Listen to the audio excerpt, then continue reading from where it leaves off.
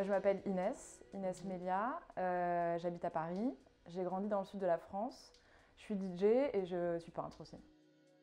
Je suis arrivée à Paris quand j'avais 18 ans pour faire une école de commerce de l'art. J'ai mixé parce que c'était ma passion, la musique, mais je faisais de la peinture depuis que j'étais très jeune. J'ai complètement oublié la peinture pendant 8 ans pour me consacrer à la musique. Et en fait, j'ai retrouvé la peinture il y a 1 an et demi. J'avais besoin de faire quelque chose de mes mains, de très concret. Et en fait, ça a été un souffle nouveau et en même temps, tout s'est aligné. Et pour moi, c'est pas vraiment différent de la musique parce que ce qui m'intéresse dans la peinture, c'est le rythme des couleurs, c'est les vibrations. Par exemple, je peux pas peindre sans musique.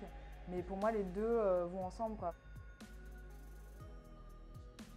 Moi, ce qui m'attire chez OP, c'est le minimalisme. C'est pour moi des formes qui sont organiques, sculpturales. Ce que j'aime dans le Brera, c'est ses courbes, son mélange entre une forme de classicisme et en même temps une bizarrerie.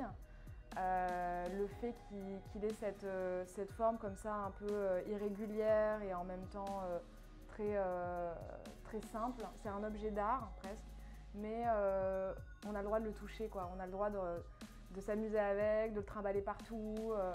C'est ça que j'aime en fait. C'est une forme de proximité que tu peux avoir et tu peux en faire ce sac à main, tu peux mettre un peu toute ta vie dedans. Tu sais qu'il va bien vieillir, c'est ça qui est génial, quoi. Pour moi, c'est l'intemporalité. Et c'est ça le secret des marques qui durent, c'est quand tu arrives à toucher cette intemporalité et tu sais que tu vas pouvoir le transmettre à tes enfants. C'est génial, quoi. Ça raconte une histoire.